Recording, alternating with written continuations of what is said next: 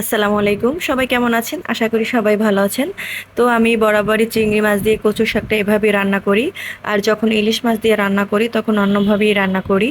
এই যে প্রথমে একটা কড়াইয়ে আমি তেল দিয়েছি, তেল দিয়ে তারপরে দিয়ে দিয়েছি পেঁয়াজ কুচি, রসুন কুচি, কাঁচামরিচ কুচি। আমি কাঁচামরিচটা একটু বেশি দিয়ে দিয়েছি, কারণ একটু ঝাল ঝাল হলে ভালোই লাগে যে কোনো শাকসবজি। তো দিয়ে দিয়েছি চিংড়ি মাছ, দিয়ে ভালোভাবে নেড়ে চেড়ে নিচ্ছি। যে ভালোভাবে নাড়াচাড়া হয়ে গেছে, হ্যাঁ, আমার ওই যে পেঁয়াজটা বাদামি কালার হয়ে গেছে প্রায়, তো আমি দিয়ে দিয়েছি লবণ। লবণ দিয়ে আবারও একটু ভালোভাবে নেড়ে চেড়ে দিব।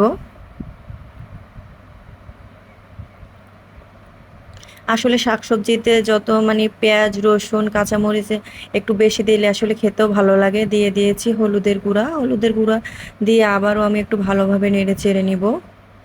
তো আপনারা কিভাবে কে কচু শাক খেতে পছন্দ করেন সেটা কিন্তু অবশ্যই জানাবেন। এই যে ভালোভাবে নেড়ে চেড়ে এখন যে পেঁয়াজটা হয়ে গেছে ভাজা ভাজা, আমি একটু পানি দিয়ে দিয়েছি যেন নিচে লেগে না যায়। তো ভালোভাবে এটা আবার নেড়ে চেড়ে নিব। তো আমার মশলাটা যখন ভাজা ভাজা হয়ে গেছে, এখন আমি দিয়ে দিয়েছি কচুর শাকগুলো। তো আমি সে শাকও নিয়েছি, ডাঁটাও নিয়েছি। আসলে শুধু কচু খেতে ভালো লাগে না, কিন্তু যদি ওই ২-৪টা পাতা দেওয়া যায় তাহলে কিন্তু বেশ ভালোই লাগে। ইগনোর করবেন আমার ঢাকনা। আসলে ঢাকনার এগুলো ভেঙে যায়।